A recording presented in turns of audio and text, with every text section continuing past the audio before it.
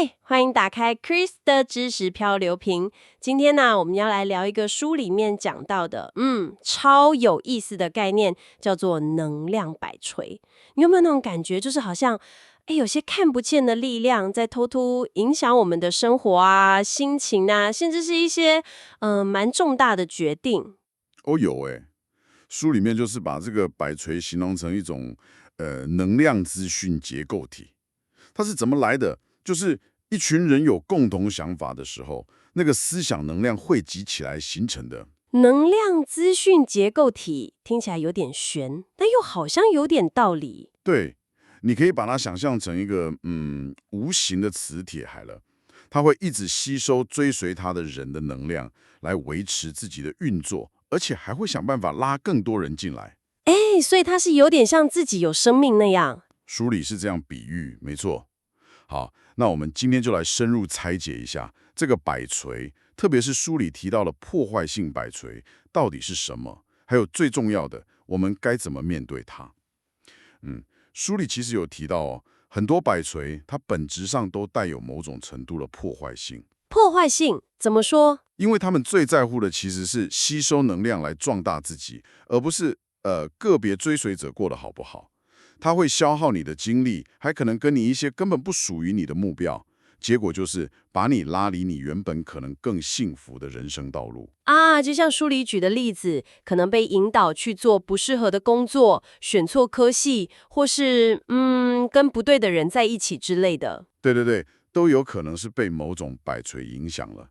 那这种破坏性的摆锤通常有几个特征啦。哦，有哪些？第一，它会一直吸你的能量，让它自己越摆越强。第二，它会想尽办法拉拢更多追随者。第三，它很喜欢搞分裂，就是分我们跟他们，说我们好，他们坏。这个很常见呢。对啊。第四，如果有人不跟他走，他可能就会变得很有攻击性，想说服你，或者干脆排挤你。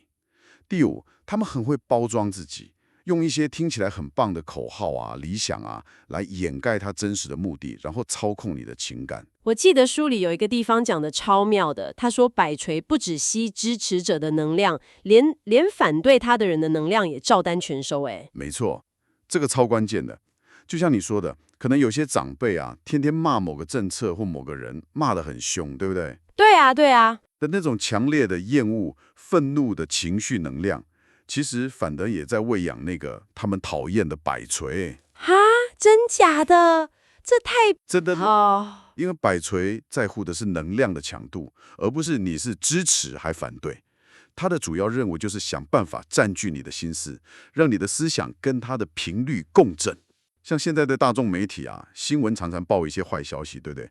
这很容易就引起大家的焦虑、恐惧、怨恨、愤怒，这些强烈的情绪，正好就是摆锤最爱的能量来源。哇！所以他会利用各种钩子，像是恐惧，书里说这是最古老也最强大的情感工具。还有罪恶感，这个超好用的，让你觉得亏欠、有责任，不得不照做。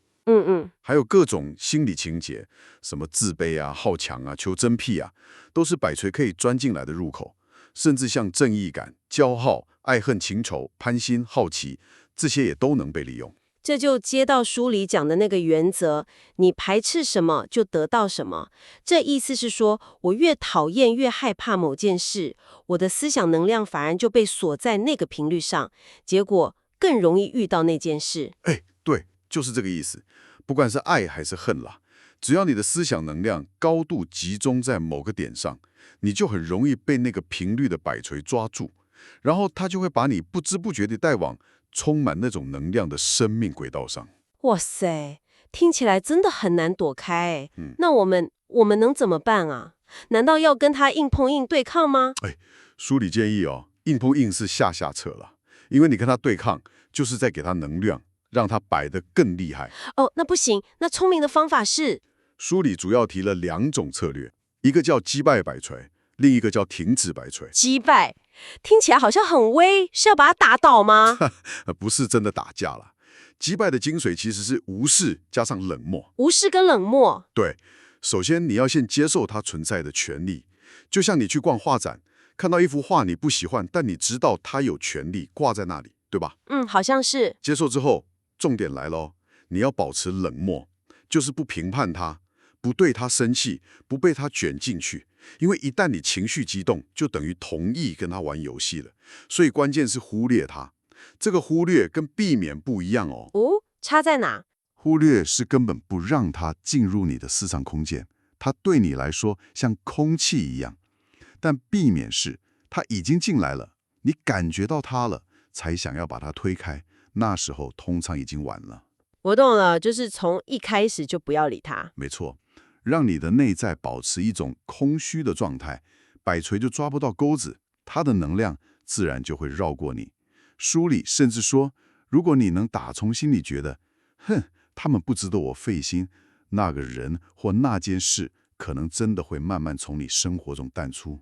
哇，这个击败是让他挥空拳的概念诶。那如果有些情况就是没办法完全忽略呢？比如说工作上遇到很烦的人或事，那要怎么停止他？这个时候啊，就要用第二招，停止摆锤。关键是改变剧本。改变剧本。对，就是做出乎他意料的反应。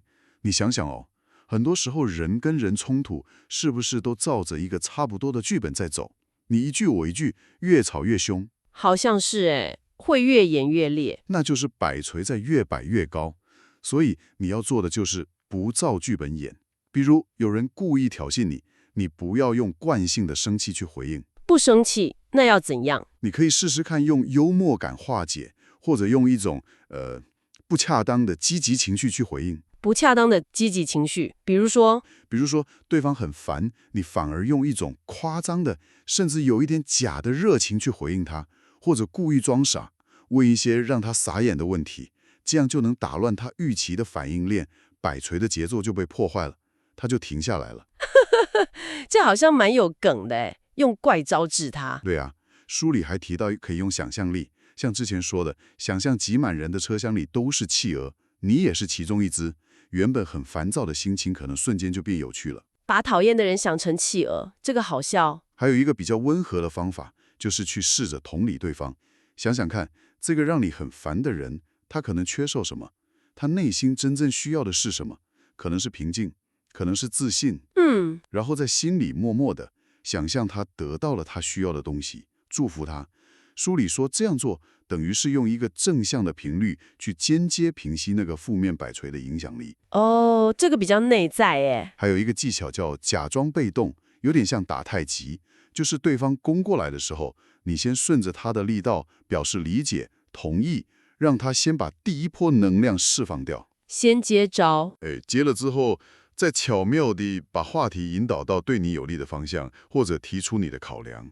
这样你虽然好像顺着摆锤，但你是清醒的，是给观察者，而不是被卷进去。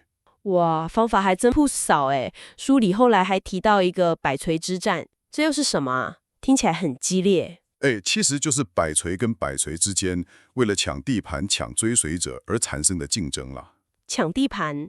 对啊，你想想看，市场上的品牌竞争、政治上的政党斗争，甚至不同的意识形态或价值观的冲突，其实都可以看成是摆锤之间的战争。他们会让自己的追随者去对抗其他的摆锤，就是那个我们好，他们坏的模式。这样参与的人好像变成棋子了。没错，这就是摆锤激战对追随者的破坏性。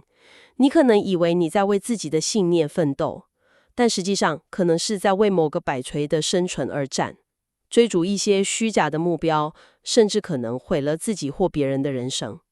战争就是最极端的例子。那我们的自由在哪里？我们的自由就在于能够有意识地摆脱那些不属于我们的、对我们有害的他人的摆锤。不过书里也提醒，不是说要完全脱离所有的摆锤哦。为什么不行？因为如果完全没有任何目标或归属，你可能会陷入一种悬浮状态，失去方向感。人还是需要一些能引导自己前进的力量。所以重点是要能够分辨，然后有意识地去选择那些对自己成长有帮助的，我们可以称为个人摆锤的东西，同时避开那些会消耗我们的破坏性摆锤。没错，就是这个意思。要保持清醒的自我意识。